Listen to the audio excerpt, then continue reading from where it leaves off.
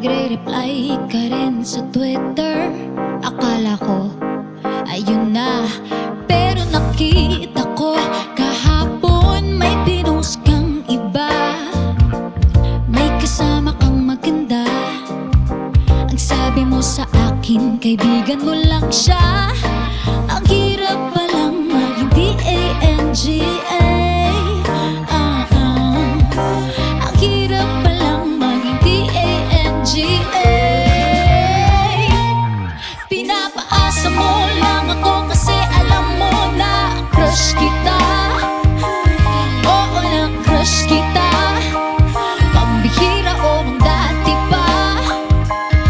May patanong-tanong ka pa kung sino yung nasa Facebook status ko. Hoy! Tungkol yun sa'yo. Ay yung sana ako na lang ang girlfriend mo.